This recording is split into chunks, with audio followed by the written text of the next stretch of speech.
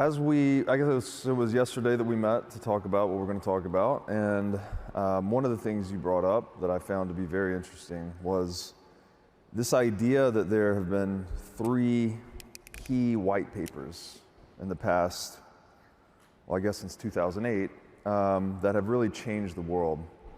It is the Bitcoin white paper, but perhaps you have kind of some unique views on the Bitcoin white paper before we get into the other 2.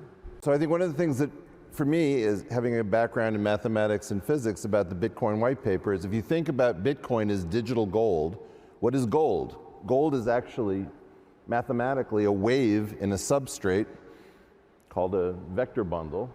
I think that there's a lot of unexplored territory here, but absolutely one of the most brilliant things that's happened in our lifetime. Just forget the money aspect. Now, the second white paper is one you told me about, titled Attention is All You Need, from 2017. Hey, brother. And that new architecture started to show us something which I think we haven't really digested, which is very disturbing. We have the same conversational patterns. It's correctly figured out that most of what we do is not generally intelligent. And so think very carefully about what you want to train your children to do. And I met a guy backstage who had an idea about putting Bitcoin in computer hardware so that when you needed to recover the machinery at the end, there was something that paid for it, and it gave you an incentive not to just throw it into the world as trash. So think about what portion of your day you're actually doing something that's never been done, even if it feels minor to you, and take your own genius seriously, because this thing is going to eat your repetitive behavior that you thought was your highest end product.